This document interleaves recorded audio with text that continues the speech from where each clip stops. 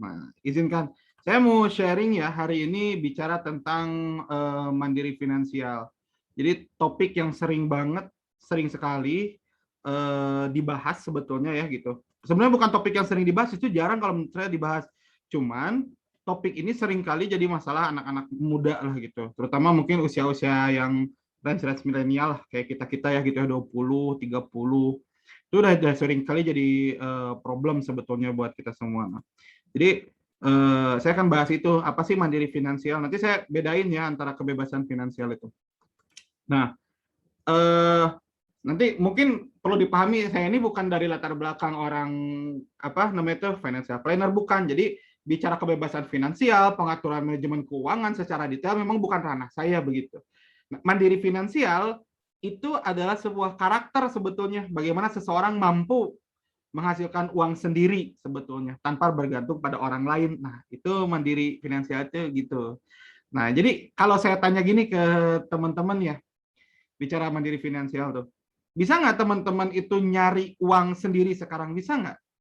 Sekarang gitu, untuk memenuhi hidup, bisa nggak teman-teman? Coba, boleh nggak sharing di kolom chat tuh? Jadi sebenarnya teman-teman bisa nggak sih cari uang sendiri sekarang? Udah bisa nggak? Udah pernah atau belum pernah makanya gitu ya? Oh, bisa Intan ya. Yang udah kerja berarti bisa ya gitu ya. Yang udah kerja, yang udah dagang, udah bisnis, oke. Nah, udah pada kerja. Nah, udah kerja ini kadang-kadang jadi jebakan, teman-teman. Udah kerja ini udah jadi jebakan. Sebentar, tahan dulu. Kata Hasan, bisa sih Arik itu mah kan, tahan dulu ya gitu. Next, nah, buat yang udah kerja, semisal teman-teman nggak kerja di situ lagi, bisa nggak cari uang sendiri? Itu pertanyaan berikutnya buat yang udah kerja ya gitu ya. Karena kalau hari ini dagang, ya kemungkinan dagang sih ya gitu, bisa ada namanya dagangnya. Nah kalau udah kerja, terus nggak kerja, bisa nggak cari uang sendiri sebetulnya? Nah itu yang jadi pertanyaannya sekarang gitu ya. Intinya adalah teman-teman sekarang hari ini menyanggupi nggak untuk bisa memenuhi kebutuhan hidup sendiri? Itu yang jadi pertanyaannya. Karena gini teman-teman, kalau Hanani bilang bisa tapi pendapatannya nggak sebanyak pas kerja kan kayaknya, ya jelas pasti teman-teman yang memulai dagang itu pasti jauh lebih kecil penghasilannya dibandingkan orang yang bekerja lah, jauh lah gitu ya.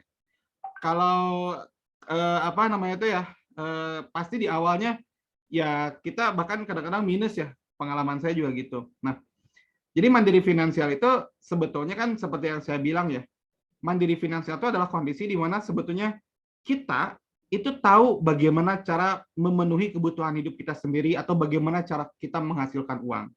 Hari ini problem terbesar teman-teman, banyak orang sebetulnya ya. Nah ini kenapa saya sharing buat teman-teman yang udah kerja juga, bisa jadi mungkin ada keluarga teman-teman atau suatu saat teman sendiri ataupun mungkin ya semoga kalau anak sih nggak, saya yakin ya kalau teman-teman udah ikut kelas ini nggak mungkin lah ada anaknya kondisinya kayak gini. Cuman kalau ada yang lihat ini adiknya misalnya, ini kita bahas. Mandiri finansial itu sebetulnya kondisi di mana orang itu ya secara mandiri udah bisa memenuhi kebutuhan hidupnya sendiri tanpa bergantung pada orang lain. Jadi dia tahu sebetulnya gimana caranya menghasilkan uang gitu. Singkat cerita, kalau apa? Kalau dulu ya gitu ya, ciri khas orang yang dia sudah mandiri finansial, kondisinya mandiri ya, mandiri secara finansial itu dia nggak pernah takut kekurangan uang atau dia nggak pernah takut rugi, dia nggak pernah takut untuk gagal nyari uang. Nah itu contohnya gitu. Jadi saya punya teman cerita real, dia nikah sama teman saya juga ya gitu. Dia nikah dengan kondisi hutang 400 juta kurang lebih tanpa pekerjaan gitu. Nah, ini coba bayangin teman-teman yang kira-kira nikah gitu ya. Terus dia nggak punya uang. Coba kita lihat dari sudut pandang si calon istrinya gitu ya. Ini calon suami saya nggak punya kerjaan dan punya hutang 400 juta. Dan jadi datang-datang dengan hutang gitu. Dan yang lebih mengerikan lagi adalah sebetulnya ya si bapak mertua itulah gitu, atau bapak dari si perempuan itunya gitu. Misalnya saya mau melamar anak bapak gitu ya, kamu kerjanya apa? Sekarang saya nggak kerja pak, paling ada hutang aja gitu 400 juta. Itu pasti shock gitu. Cuman si teman saya ini emang nggak ngerasa minder, nggak merasa takut karena dia percaya diri untuk bisa menghasilkan uang dan emang real. Jadi dalam ukuran 2 tahun semua hutangnya lunas dan punya penghasilan begitu. punya penghasilan normal aja seperti pada umumnya begitu. Nah, jadi itu bicara mandiri finansial tuh begitu sebetulnya. Kondisi di mana seseorang tuh udah bisa hidup secara mandiri, memenuhi kebutuhan hidupnya, survive secara finansial tanpa bergantung pada orang lain sebetulnya begitu. Nah, hari ini sebetulnya jadi problem adalah banyak orang hari ini sebenarnya punya penghasilan tapi nggak mandiri secara finansial gitu. Ciri khasnya apa? Mungkin teman-teman ngerasain di lingkaran kita ya, atau mungkin teman-teman ngerasain sendiri. Ketika pandemi datang, mereka benar-benar nggak punya kerjaan apa-apa lagi, dan akhirnya benar-benar nggak tahu ngapain, gimana caranya menghasilkan uang tuh nggak tahu. Nggak tahu bagaimana caranya survive memenuhi kebutuhan hidup. Ada nggak yang kayak gitu? Ada nggak yang hari ini merasakan seperti itu? Atau punya cerita atau pengalaman dari teman-temannya atau sekitarnya seperti itu? Ada nggak? Oh, kalau di saya banyak. Dan juga yang di Instagram juga banyak. Jadi sebenarnya itu yang jadi apa namanya itu ya, problem ya gitu ya. Gitu. Karena akhirnya hari ini kalau kita data ya, kan jumlah pengangguran Indonesia itu bertambah ya, seiring bertambahnya lulusan kuliah gitu. Jadi selalu bertambah gitu. Jadi banyak sebenarnya orang yang nggak mandiri finansial. Nah, ini perjalanan saya sekilas ya teman-teman semua. Ini kehalangin, maaf ya ini ya.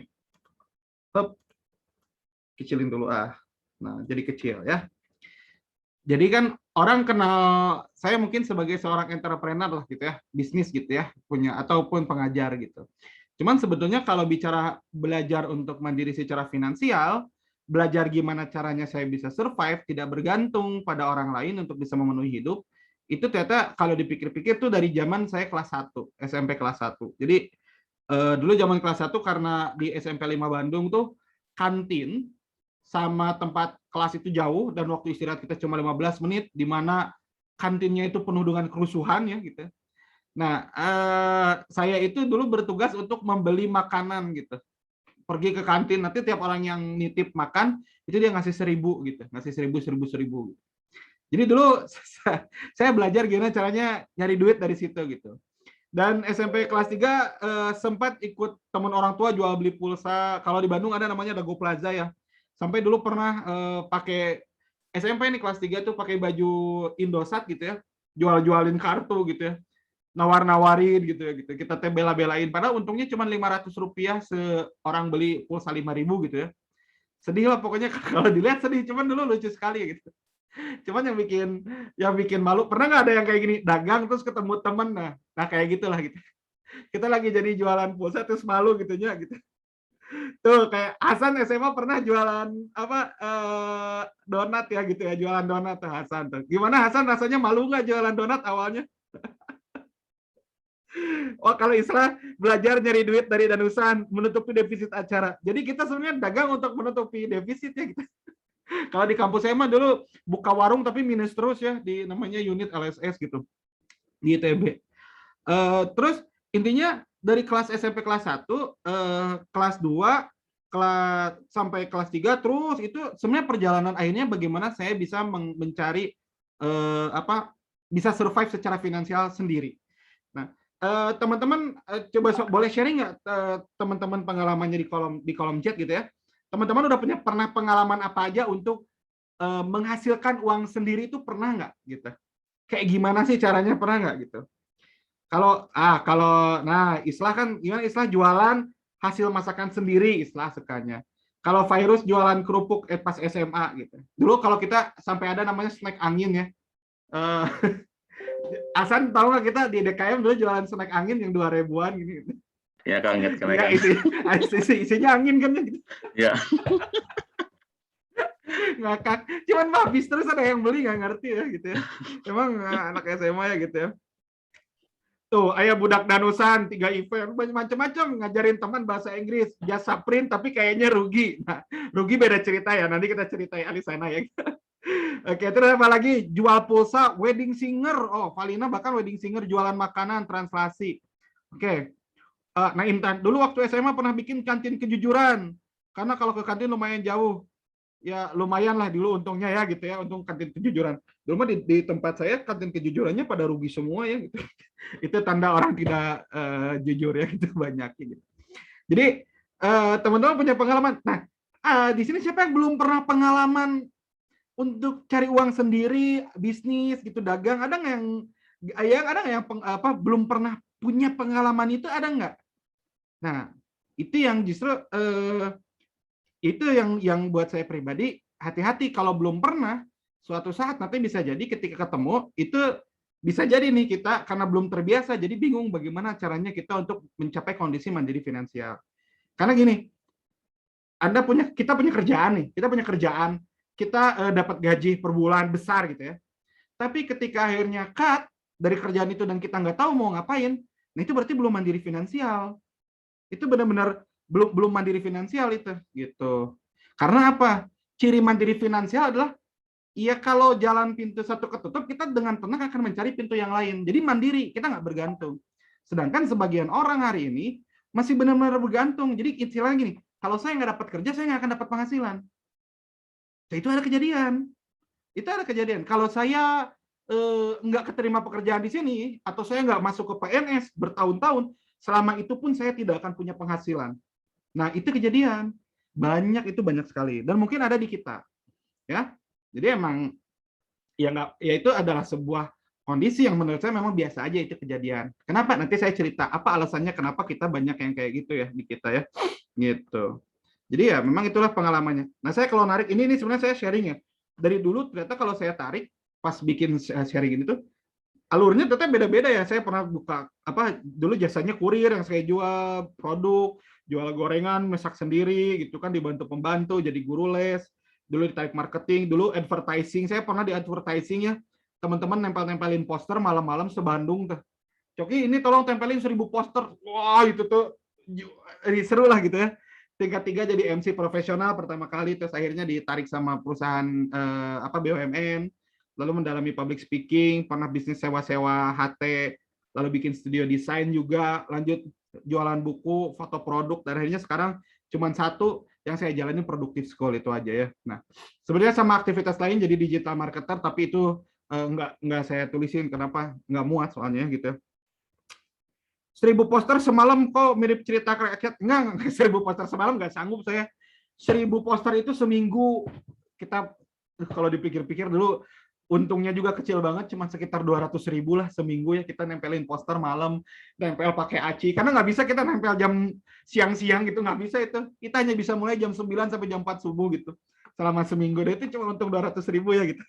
Tapi seru waktu di kampus ya gitu ya. Kalau rakyat sih seru ya, kalau kayak rakyat ya gitu. Kayak cerita rakyat semalam gitu. Nah, ini dulu saya nggak terlalu ngeh kondisi itu ya gitu. Cuman mungkin karena saya banyak kepaksa ngelakuin itu, akhirnya saya punya karakter yang mana saya nggak pernah takut dalam mencari uang. Karena ternyata buat saya nyari uang tuh bukan gampang ya. Begini, nyari uang tuh buat saya bukan hal yang susah gitu. Karena memang bisa kita nyari duit, bisa lah caranya ada gitu. Cuman kalau gede ya nggak gede-gede juga gitu ya. Cuman kalau nyari duit sendiri bisa menurut saya tuh gitu. Dan buat saya pribadi itu sebenarnya setiap orang harus punya skill itu. Dan yang menarik, saya ini kan ikut mentorship ya. Lalu mentorship itu mentor saya membawakan dia membuka sebuah kurikulum. Ini loh target-target pemuda waktu itu ya gitu. Nah, yang diangkat itu sebetulnya 10 muasafat. Artinya adalah 10 target pemuda muslim waktu itu. Nah, cuma menarik karena buat saya tulisan ini buatan Hasan Al-Banna itu memang sebenarnya target setiap pemuda di setiap zaman gitu. Kayak ini anak-anak muda nih usia 15 tahun, 16, 17 ini harus sudah kayak gini semua gitu. Contoh ya. Ada yang bilang bahwa dia itu harus berpikir cerdas. Nah, itu memang harus semua orang gitu. Terus komunikasinya bagus, interaksinya baik. Nah, yang menarik ada namanya mandiri finansial. Jadi seorang pemuda itu bukan laki-laki, tapi maksudnya anak-anak muda itu memang harus mandiri finansial. Apa artinya? Dia nggak lagi tergantung sama orang lain. Benar-benar nggak tergantung sama orang lain. Dia dilepas di alam gitu ya, atau di kota baru yang dia tidak kenal, dia bisa menghasilin uang gitu. Dia bisa survive, bisa nggak gitu. Itu penting. Kenapa jadi target anak-anak muda atau target pemuda? Karena ternyata kalau nggak mandiri finansial, karena hidupnya bakal jadi nggak produktif. Nah, ciri khasnya kayak gini. Kalau orang yang udah nikah ya, mungkin ada saudara atau keluarga yang kayak gini. Udah nikah tapi masih nebeng sama orang tua atau mertua. Ada yang kayak gitu nggak? Atau ada yang ada yang mengenal nggak orang-orang yang kayak gini, ada nggak gitu? Misalnya, kalau saya ada di keluarga ada yang kayak gitu, misalnya tinggal sama orang tua, ya. Ini nggak negatif, kita nggak bicara negatif atau positif, cuman efeknya nih ya.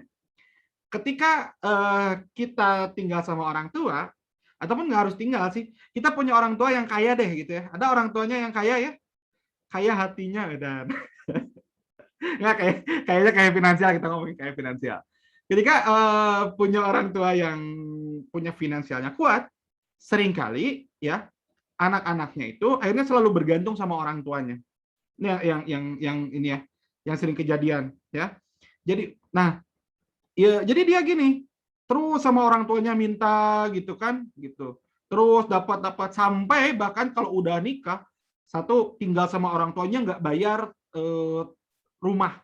Misalnya nggak terlibat dalam bayar apapun di rumah itu, bayar listrik dan lain-lain. Setelah itu punya anak misalnya, akhirnya segala biaya ditanggung orang tuanya, mulai dari persalinan, mulai dari sekolah anak gitu ya, semuanya itu ditanggung sama orang tua gitu. Jadi sama kakek neneknya. Nah, itu yang dimaksud dengan dia nggak mandiri finansial orang ini. Itu jadi nggak produktif karena nanti ada perasaan ini, udahlah hidup saya tenang dibantu sama orang tua saya gitu. Nah, yang kejadian adalah salah satu cerita yang masuk ketika akhirnya si sumber finansial itu hilang. Ketika sumber finansial itu hilang, jadi kayak orang tuanya nggak ada, orang tuanya bangkrut, dia shock gitu, dia shock, dia nggak sanggup.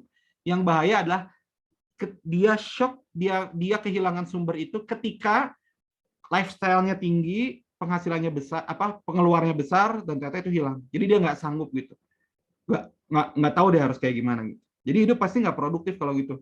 Kadang kalau orang nggak mandiri finansial gitu. Makanya per hari ini saya kalau ke orang tua itu kalau minta itu minjem bahasanya gitu, minjem. Nanti saya balikin untuk apapun. Bahkan untuk beli apa, misalnya ketika saya butuh, orang tua adalah soft loan atau tempat pinjam yang sangat lunak ya gitu. Tanpa bunga, bisa nyicil kan kapanpun. Itu ya gitu. Ya, untuk bisnis. Nah, itu yang kejadian. Oke. Nah, ternyata memang kenapa akhirnya banyak dari kita nggak mandiri finansial ya? Karena memang ternyata kita nggak dilatih teman-teman untuk bisa mandiri finansial. Hampir dari kita kecil, SD, SMP, SMA, dan kuliah, itu semua dibiayain sama orang. Jadi kita nggak pernah dilatih untuk mandiri finansial. Saya mau tanya teman-teman di sini, di usia berapa? Teman-teman sekarang masih ditanggung sama orang tua nggak? Nah, buat yang nggak ditanggung, itu sejak usia berapa teman-teman udah nggak ditanggung lagi sama orang tua? Coba sharing dong. Masih ditanggung ya? Oh, Islam masih ditanggung. Siapa lagi? Ada yang masih ditanggung ya? Mulkiyah awalnya udah 19 udah nggak ditanggung ya. Sejak lulus kuliah pekerjaan pertama udah nggak ditanggung. Nah, berarti itu ini ada pengecualian sih Pak. Masih kecuali skincare ya gitu. Skincare udah sendiri ya, karena merasa nggak enak ya ini minta skincare udah gitu ya. Baru setahun terakhir, kalau kata Khadijah juga dari kuliah sedikit-sedikit berusaha mandiri, itu bagus ya.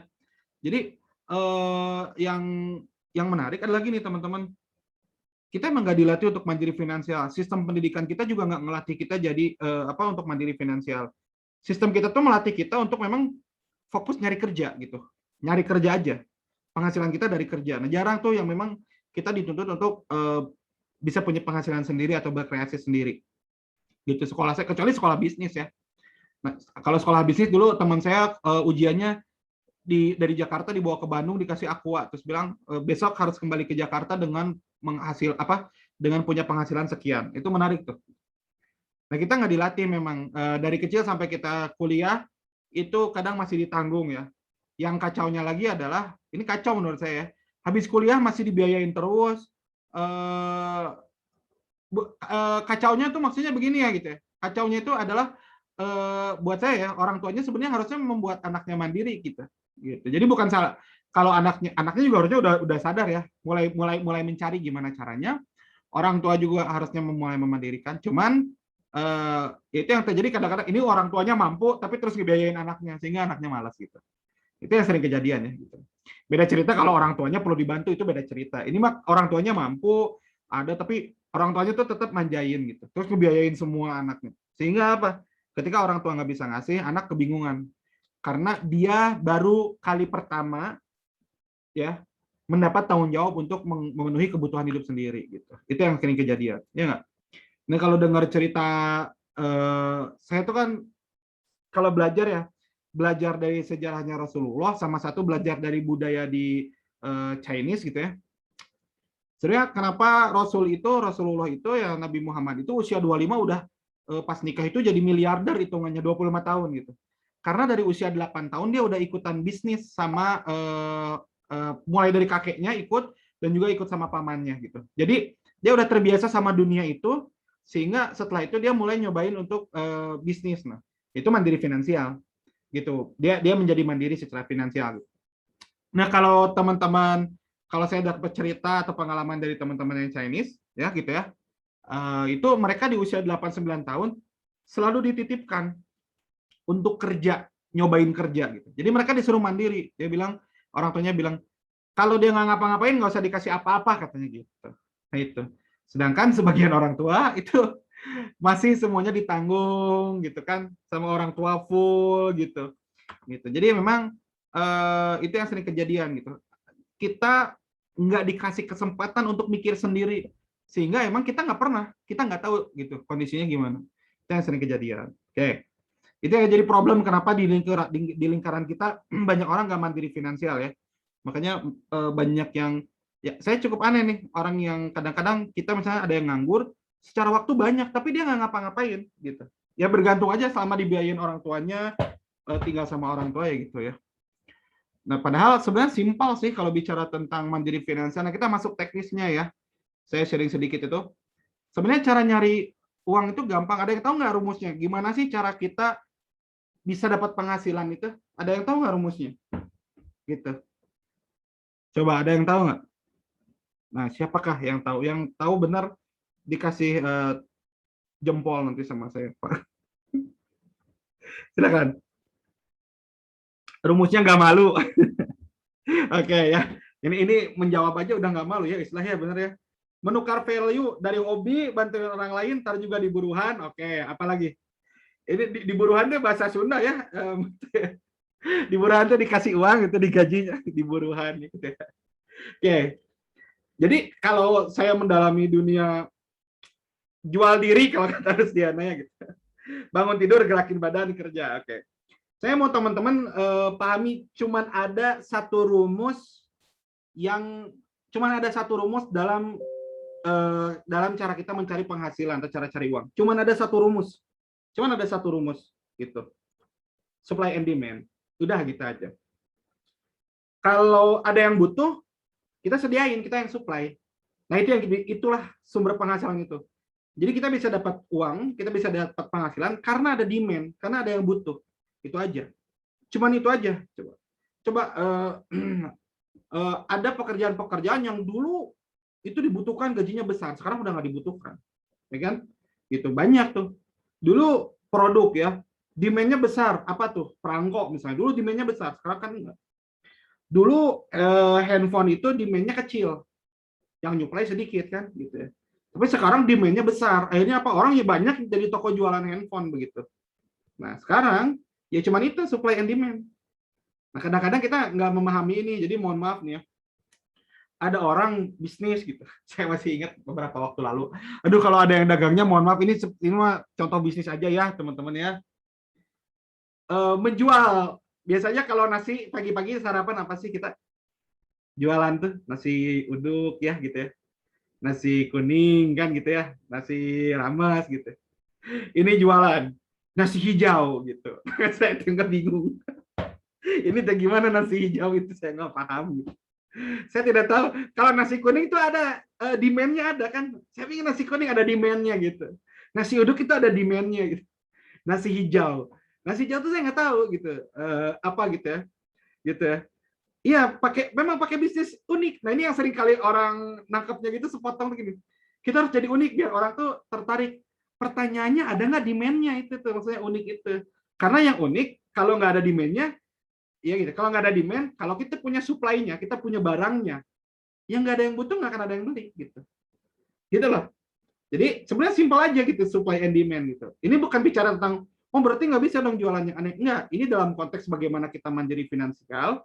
Kalau kita ingin bisa dapat penghasilan mandiri, supply, ya itu kita harus nyari demand-nya apa gitu.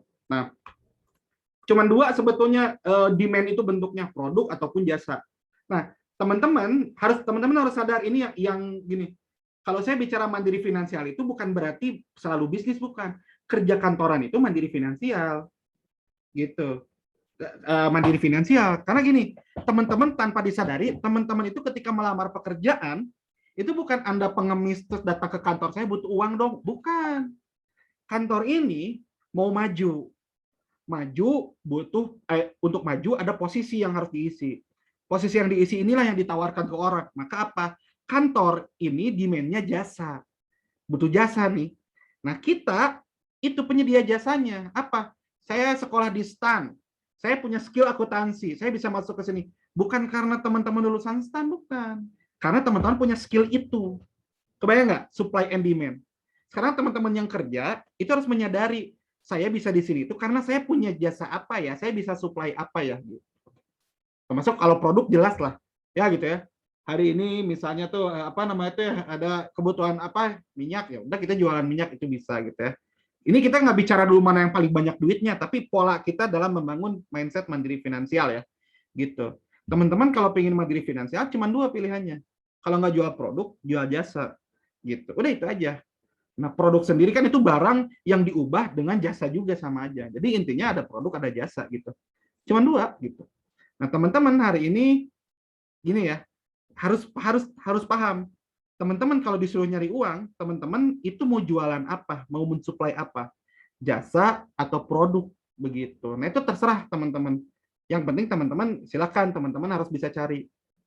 Saya kalau saya diundang sebagai public speaker, maka saya jualan jasa gitu. Saya jualan jasa, tapi ketika saya menawarkan produk misalnya talent mapping, ini ada talent mapping, nah itu produk. Nah, itu dua-duanya saya lakukan, ada demand-nya ada. Kenapa saya jualan talent mapping? Karena orang banyak yang bingung sama bakatnya. Nah, itu ada. Jadi saya nggak takut karena nggak ada yang butuh gitu. Gitu. Saya tipe yang orang yang jualan nggak pakai resiko ya gitu. Saya cari yang minim resiko. Nah, teman-teman yang sekarang kerja, coba saya tanya sekarang, teman-teman yang sekarang punya penghasilan, teman-teman ini sebetulnya jualan produk atau jualan jasa sebetulnya teman-teman itu. Coba produknya, kalau produk jualan apa, coba sharing. Kalau jasa, apa yang teman-teman kasih ke orang lain tuh, atau yang teman-teman tawarkan? Apa ya sih yang dijual itu, apa yang dari teman-teman itu? Ada nggak? Coba di kolom chat coba di sharing biar teman-teman tuh tahu sebetulnya apa sih yang bisa teman-teman jual keluar itu, gitu ya. Nah, cuman lanjutannya cuman terakhir ada 3 poin yang buat saya penting ya. Akhirnya gimana cara kita bisa mandiri finansial. Sebetulnya banyak hari ini ikutan kelas untuk bisa mandiri finansial ya, atau ini sendiri. Nah, jadi misalnya kita nih biar bisa apa namanya tuh banyak orang yang ngerti nih sebenarnya konsepnya ya gitu. Oh, konsep cari uang ini. Cuman kenapa banyak orang tetap nggak punya ini, nggak mandiri finansial ya gitu. Kenapa banyak orang yang sebetulnya masih aja ngutang terus gitu. Apalagi itu buat saya yang sering saya lihat itu terjadi di generasi di atas kita. Nah, sebenarnya kita juga banyak ya gitu. Cuman saya suka lihat di generasi atas kita juga banyak. Nah, ada 3 poin teman-teman yang dibutuhkan bagaimana cara teman-teman mandiri finansial. Ada 3 poin. Yang pertama adalah mental. Untuk menjadi mandiri finansial itu butuh mental, teman-teman. Gitu. Itu butuh benar-benar butuh mental. Kayak gini. Saya waktu SMP kelas 1 jadi jasa kurir ngantar makanan, itu kan malunya luar biasa, teman-teman. Dianggap, ih, apa sih nganter-nganter makanan dibayar, itu malunya luar biasa loh dagang kayak begitu. Benar nggak sih? Itu teman-teman coba yang baru mulai jualan malu nggak? Yang di awal-awal jualan nawar-nawarin produk, wah malu itu. Saya meyakini itu. Ya kira malu banget lah pokoknya mah gitu. Apalagi kalau ditolak ya, benar nggak? Ditolak, gagal, takut lah gitu ya gitu. Nah, kenapa orang lebih banyak milih kerja? Karena kalau kerja agak lebih simpel sebetulnya ya, jarang penolakannya, jarang gitu ya. Tapi kerja aja, cuman kerja aja pun itu hati-hati bisa ada yang nggak mandiri finansial. Makanya orang selalu bilang side hustle, cari tambahan penghasilan. Memang betul, karena kita tetap harus cari penghasilan yang tidak bergantung. Karena kantor sehebat apapun nggak ada jaminan bahwa itu akan menghidupi kita sampai akhir. Gitu, harus nyari. Jadi itu kita kerja di kantor tuh buat tarik nafas lah gitu. Tapi kita harus nyari tempat yang lain atau income yang lain gitu ya. Nah, jadi pasti mungkin akan bergeser gitu. Nah, itu pasti ada malu kalau ada yang mulai ya, wah gitu. Itu kalau lihat di komen kan malu semua ya, bener malu. Sama saya juga malu. Ini waktu saya jualan pulsa dulu ya gitu di Dago Plaza itu pakai baju Indosat. Ada teman saya itu, aduh luar biasa malu. Langsung saya rangkul. Kamu mau kemana? Jadi biar dia nggak lihat baju saya gitu. Hati-hati ya gitu. Itu malu gitu.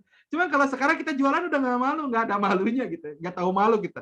Karena udah lewat fase itu gitu. Itu fase itu malu dan lain-lain gitu. Malu, takut, gagal, itu semuanya tuh fase di awal. Dan itu makanya saya bilang untuk mandiri finansial itu mental. Nah, anak-anak yang sejak kecil sampai dewasa tidak pernah diminta atau diberikan ruang sama orang tuanya buat nyari duit sendiri, dia nggak pernah latihan. Jadi dia nggak punya mental. Kalau usia 28, 30 baru mau nyari, ya gitu, terus dia nggak ngebangun mentalnya, pasti deg-degan. Pasti deg-degan, apalagi tekanannya gitu. Apalagi uangnya pas-pasan. Kan kalau kita kerja gajinya besar, terus punya tabungan 100-200 juta, bisnis yuk gitu. Kan kita nggak takut ya kehilangan 10-20. Cuman kalau kita tabungannya 20, 10 gitu kan, 30 gitu, nyoba bisnis itu deg-degan luar biasa gitu. Jadi yang pertama kalau mau mandiri finansial, itu memang mental pertama gitu. Itu paling pertama. Kalau orang udah gini, kalau orang ngerti pola dan lain-lain, nggak punya mental nggak lanjut. Ikutan kelas bisnis sukses ya, investasi 1,5 juta, siap saya akan jadi pebisnis sukses. Pas mau nyoba takut, nggak punya, kalau nggak punya mental nggak bisa. Yang kedua adalah knowledge. Mental punya Kang. Gimana kalau kita mau mandiri finansial? Ya pengetahuannya, harus punya ilmunya, harus tahu ini yang bisa kita jual apa, yang supply-nya apa, demand-nya apa gitu. Kan kita tadi udah bahas ya, simpel ya, supply and demand, supply kita apa, demand-nya, kita bisa nyuplai apa, demand-nya apa, sesimpel itu gitu. Gitu. Hampir yang saya jual itu memang ada demand-nya gitu. Guru les karena memang ada demand-nya guru les gitu saya dulu. Jadi MC karena memang ada kebutuhannya gitu. Nah, tinggal kita memastikan bagaimana agar orang itu apa namanya itu mau sama kita ya, atau apa namanya itu ya, tertarik sama supply yang kita sediakan. Berikutnya skill. Nah, skill itu adalah skill kemampuan untuk dagang atau buat skill untuk didagangin. Jadi ini saya baca komen teman-temannya, saya itu ada yang jadi apa namanya itu, jasa saya sebagai terapis anak berkebutuhan khusus. Nah itu kan itu skill kan ya. Semakin Ismianti Nur Latifah, Ismi ya Allah, Ismi sih damang. Oke ya gitu. Ini Ismi juga anak SMA 4, Kang Hasan ini senior kamu ini Ismi itu. Jadi Ismi cerita, Ismi ini terapis anak, itu skill. Dan kalau memang kita mau mandiri finansial, berarti skill jadi sebagai terapis anak berkebutuhan khususnya ini harus dikembangkan gitu. Karena kalau kita nggak punya skill itu, punya mental, punya pengetahuan, ya harusnya begini. Susah juga punya apa namanya itu, jadi sumber penghasilan itu susah jadi mandiri finansial gitu ya. Gitu. Jadi ya itulah yang teman-teman lakukan. Itu ada lagi nggak, misalnya saya guru nih Kang. Nah, guru kan ngajar, itu skill ngajar, yang dijual itu skill ngajar, skill mendalami ilmu, skill presentasi ya kan. Itu yang di apa namanya itu ya, itu yang dijual sama kita. Maka itu skillnya harus dimiliki gitu kalau mau mandiri finansial. Jadi, untuk menjadi mandiri finansial itu teman-teman, nggak mental penting. Mental oke, dibutuhkan, knowledge penting, tahu bagaimana ini supply and demand-nya di mana. Yang terakhir tetap skill, karena skill ini yang kita jual. Kalau teman-teman nggak punya skillnya, investasilah sekarang di kelas-kelas skill itu. Ikutan kelas bisnis, teknis aja langsung. Kayak saya pengen food and beverage, jangan ikut kelas motivasi, jangan. Langsung ikut kelas food and beverage. Misalnya yang bayar agak mahal, tapi emang kita langsung praktek. Nah itu kayak gitu skill. Saya nih, jadi dunia yang kayak gini kan, self development. Ada buka praktisi talent mapping, saya bayar, invest berapa juta gitu. Karena itu yang skill yang dibutuhkan. Nah teman-teman hari ini kalau nggak punya skill itu susah. Nah kalau misalnya kayak sekarang kerja kantoran, Kang, saya akuntan misalnya. Ya berarti kalau jadi akuntan yang bisa dijual itu kalau gimana orang tuh, oh nggak cuma skill, skillnya harus ada sertifikat. Nah invest tuh di situ sertifikat gitu, sertifikasi, punya gelar di belakang kan. Nah itu yang dikejar. Jadi itu yang kita jualan gitu. Kita jual diri kita, benar. Kalau bahasa tadi yang di atas siapa sih? Bilang bahwa kita jual diri. Iya benar, jual diri. Karena itu yang dilakukan begitu.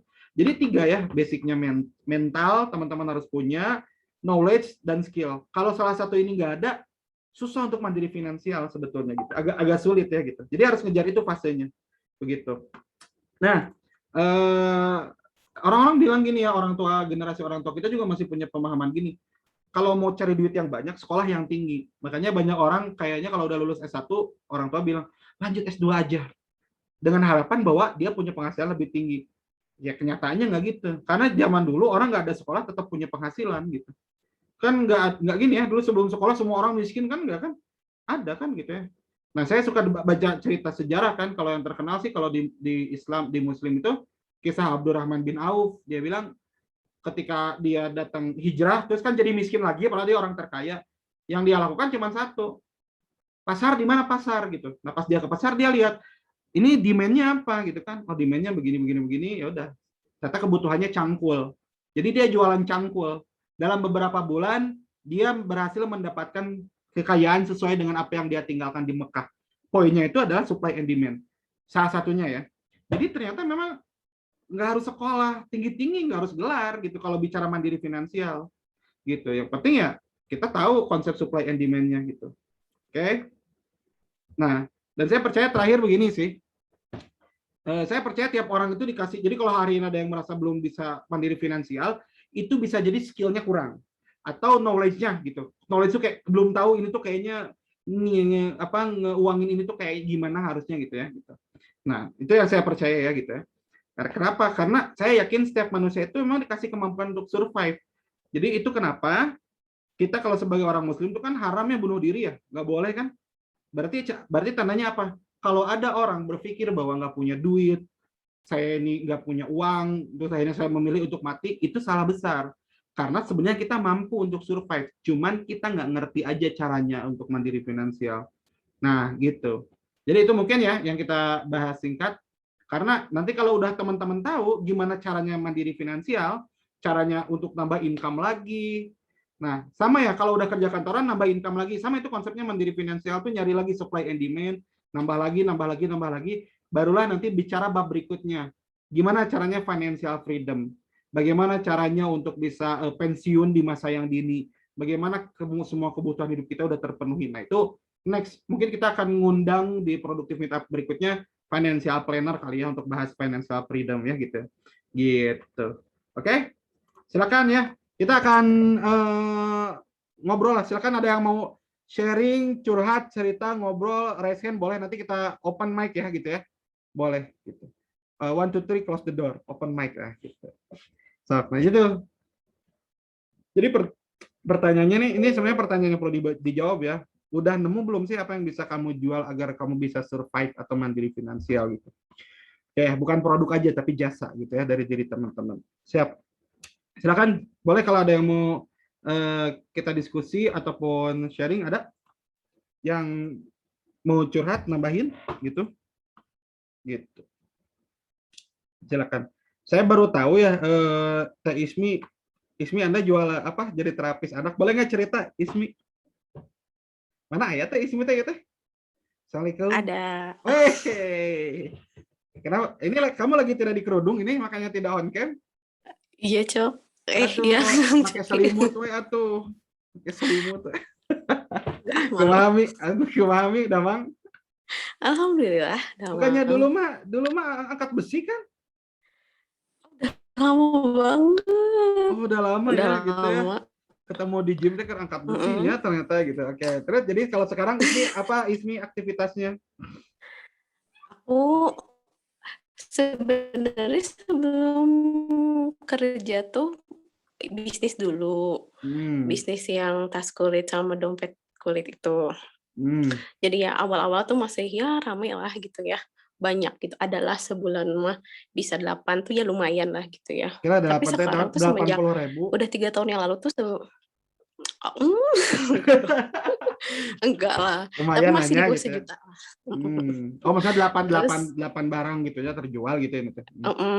Oke. Terus waktu itu pernah tuh harga garam naik ya, harga garam industri. Waktu itu sampai jadi harga kulit tuh naik banget tuh. Oh kenapa kaitannya apa Cina? Karena kan kaitannya penyamakan kulitnya kan pakai garam industri. Oh iya benar. Jadi otomatis harga kulitnya juga naik. Gitu. Jadi dari situ mulailah sepi sampai apalagi sampai lagi pandemi kayak gini, ya sebulan ada 1 juga udah alhamdulillah banget lah gitu. Iya Cuma sih, ya benar-benar ya. gitu. Terus 3 tahun yang lalu udah mulai kerja juga gitu di tempat terapis anak Hmm, berkebutuhan khusus, banyaknya sih autis gitu, karena kan emang hmm. basic akunya juga emang psikologi, jadi ya bisa disambi gitu, Oh, gitu. kok saya baru tahu Anda teh psikologi. Gimana? Kemana wae ini saya teh gitu. Kemana wae atuh? Udah lama ketemu, sekarang di terapis ya gitu. Nah, jadi Mhm, sebenarnya Ismi mah udah punya ya apa namanya itu kemampuan untuk bisa mandiri finansial ada ya gitu. Cuman gimana mhm. nge-scale up-nya itu bener nggak? Iya betul, apalagi Hmm, apalagi masalah kayak di Instagram kan harus kita bermain kata ya, betul dan gitu. aku tuh terbatas di kemampuan itu gitu. Kayak menggait pelanggan tuh gimana sih biar tertarik sama produk kita tuh gitu. Ya, benar-benar benar. Bikin caption, copywriting bener ya gitu. Mhm, Nah, mhm. Ismi udah pernah invest belum di situ? Ini kan problem nih dalam bisnis nih. Ismi udah pernah invest di situ belum? Belum sih sebenarnya. Nah, Karena udah aku tuh tipe yang karena udah menurun, jadi semangat akunya pun turun gitu. Makanya, aku cari kerja aja gitu. Nah gitu problemnya iya iya tuh. iya iya iya iya iya. Kebayang sih, kebayangnya gitu. Heeh. Padahal kan kalau misalkan emang beneran niat mah, bisa ya akunya juga Bisa bisa upgrade bisa skill, jadi bisa bisa benar-benar. lebih tapi ya akunya udah loyo duluan, ya udah capek deh gitu. Ya sih benar sih Mia gitu. Tapi emang ini sih, ini juga mungkin pengalaman di sama teman-teman juga ada yang bisnis atau enggaknya. Cuman yang saya alamin, saya juga pernah ngalamin, saya nggak sempat tulis jualan makaroni dulu. Eh ada satu karakter yang membuat orang kalau dalam konsep bisnis bisa bertahan ya, sabar gitu, karakter sabar. Jadi kadang-kadang kalau bisnis itu sebagian orang itu nggak sabaran gitu, kayak pinginnya cepat naik level, pingin cepat gitu ya gitu. Itu saya Iya ngalamin juga, bener, maksudnya nggak bohong ya. Mungkin iya Ismi iya. juga ngalamin ya Mi. Iya iya, apalagi lihat pesaing, wah Wah, dia jualannya banyak, kok kita enggak gitu. tidak, dia kok semakin kaya raya, aku tidak. Iya bener. Ya ya ya. Sebenarnya itu sebenarnya kita nggak kita belajar ya gitu ya dari bukunya Gary Vee gitu, dan juga dari konten-kontennya Gary Vee. Ada Gary Vaynerchuk, dia bilang ya passion itu sabar. Saya nggak kenapa sih bahas sabar. Tapi emang harus sabar bahwa progresif gitu. Plus kalau dalam Islam kan ikhtiar ya sabar ya, kita juga belajar itu. Karena ternyata gini, saya punya komunitas ya, bukan yang punya, saya ikut komunitas isinya pebisnis semua. Dan yang menarik adalah mereka cerita kayak 3 tahun lalu tuh saya ke Indonesia nggak punya duit gitu. Wah, saya dulu mah nggak dikenal sama ini. Dan sekarang semua bisnisnya pada laku-laku besar-besar dengan omset puluhan sampai ratusan juta. Dan satu ternyata ya mereka fokus dan sabar. Satu sabar, dua fokus gitu, kayak udah aja di bidang itu.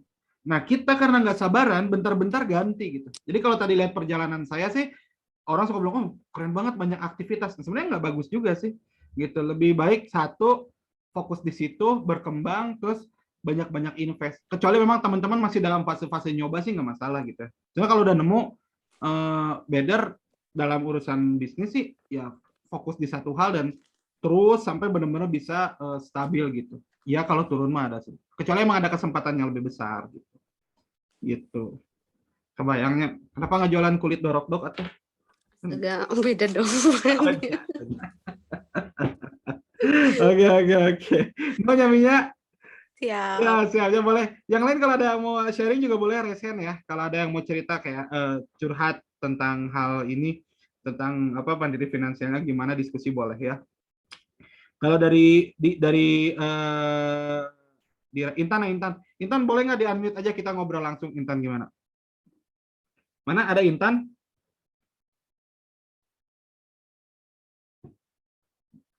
Oh ternyata tidak bisa. Ada ya, boleh silakan, gimana? Bisa di-unmute tidak Intan? Iya, iya bisa. Kedengeran nggak, Nah, Kang? kedengeran atau siap. Mana bisa on cam nggak? Atau itu emang itu aja lihat foto Oh iya, bentar atuh. belakang. Satu. Langsung pakai Bentar dulu. pasmina langsung sat kata kerudung kecos. Gitu. Itu dah, kalau saya nggak lihat muka orang itu sepi atau sayanya gitu. Assalamualaikum, Kang. Waalaikumsalam. Mana sebentar. Intan ini nge-lag, Intan. Mana ini Intan ini? Nah, gimana Intan? Assalamualaikum. Waalaikumsalam. Halo. Halo, gimana Intan? Silakan. Ya, sinyalnya agak putus-putus juga kan. Jadi nge-rapnya Intan. Ya, sok cobain. Kalau nanti nge-lag nggak apa-apa deh. Off cam juga Iya, ya. Gitu. yang masih bingung itu, halo. Halo.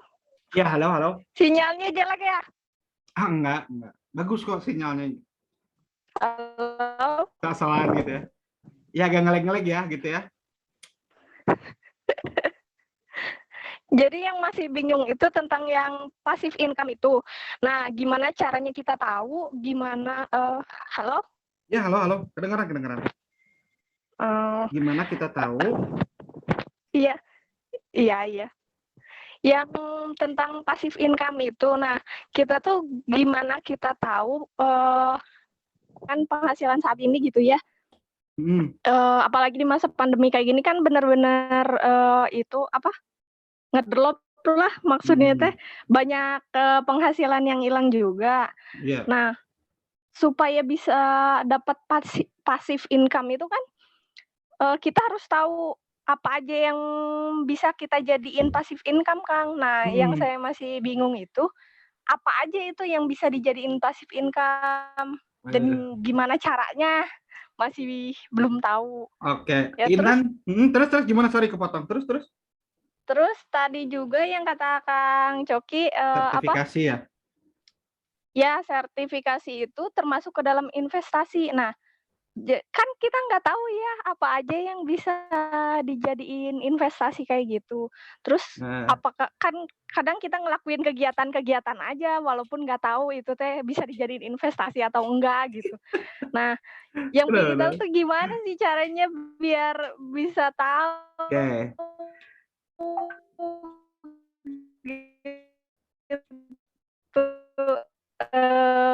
Mana kegiatan yang bisa dijadiin mana yang ya buat penghasilan bisa dijawab ya.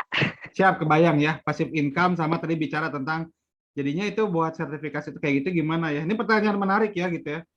Nah, Intan itu sekarang aktivitasnya apa Intan? Masih ngajar-ngajar online doang, Kang. Oh, ngajar kan online. Masih daring nih. Apa ini guru Intan itu? Iya. Oh, guru di mana? Iya, guru SD. Oh, guru SD sekarang. Usia berapa Intan? 28. Oh, 28 ya gitu ya. Asli mana? Nah, di sini silakan bisa ada yang mencari guru. Inilah Intan ya gitu.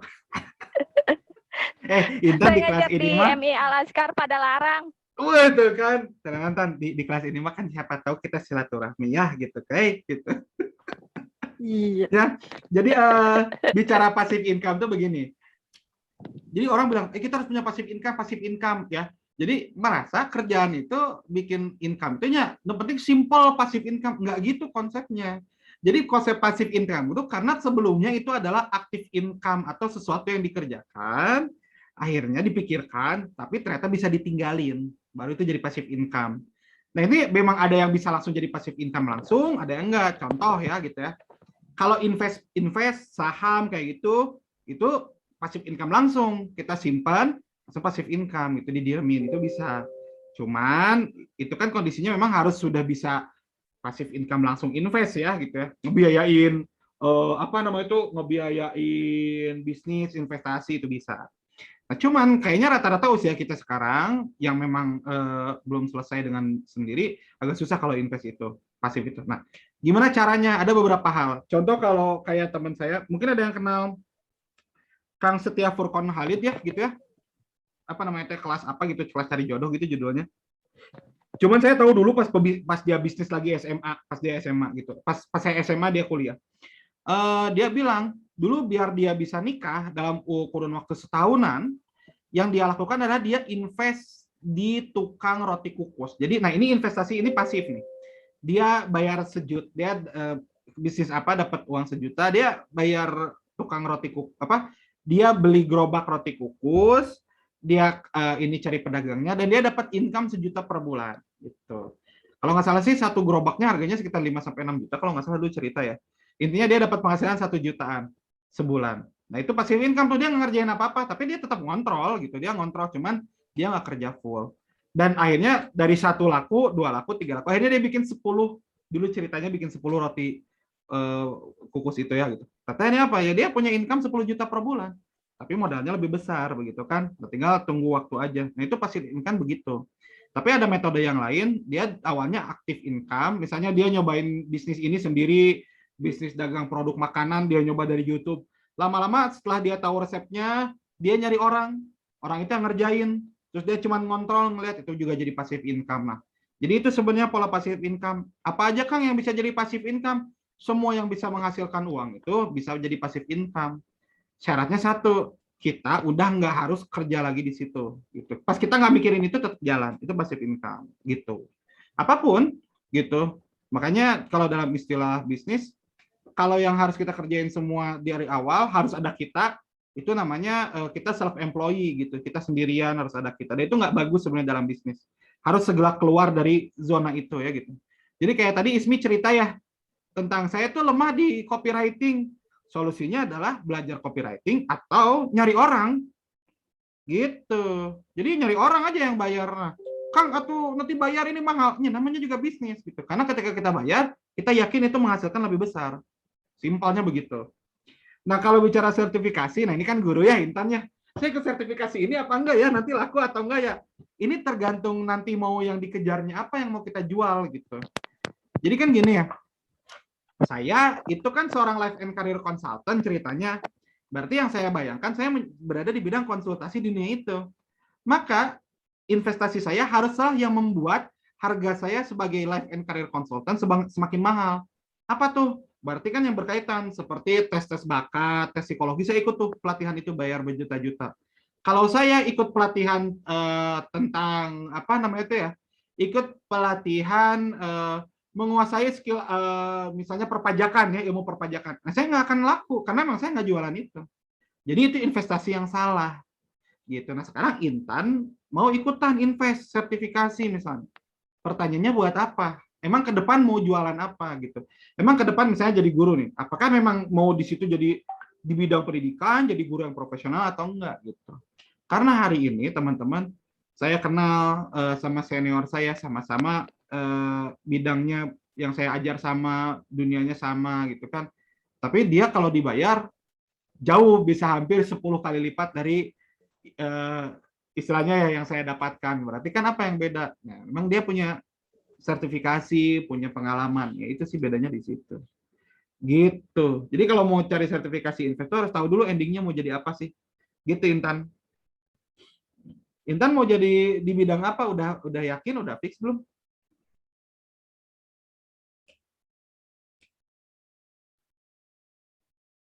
Halo, Intan?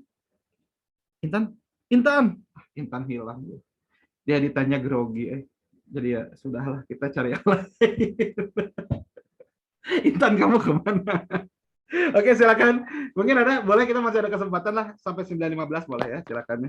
Gitu. Kalau Hasan bilang usaha jalan, pengusaha jalan, usaha jalan. Makasih banyak Kang penjelasannya. Insya Allah bisa itu. Oke. Siap Intannya. Jadi teman-teman sekarang juga kalau mau invest di situ harus dipastikan ya gitu ya buat apa begitu. Soalnya emang sertifikasi itu mahal sih gitu. Itu lumayan ya gitu. Oke. Baik. Yang lain ada lagi silakan.